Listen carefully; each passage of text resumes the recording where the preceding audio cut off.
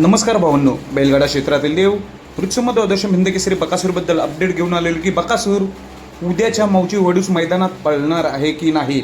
खरं तर आजच्या मैदानात आपल्याला पळताना दिसला होता बकासूर आणि पुष्पराज चांगलीच गाडी पळाली, पण त्यांच्या गटामध्ये दुसरी देखील एक चांगलीच गाडी होती.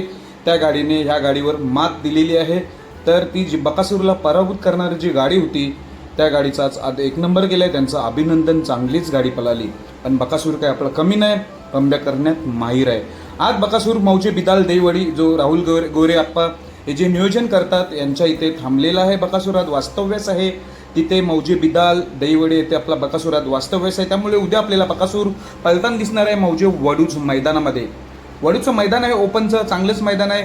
उद्याच्या मैदानात आपल्याला बकासूर पलताना दिसेल. खरं तर आज एकच फेरा झालाय, त्यामुळे अचानक नियोजन केलं. उद्याच्या वडूज मैदानासाठी आपल्याला बकासूर सज्ज झालेला दिसेल.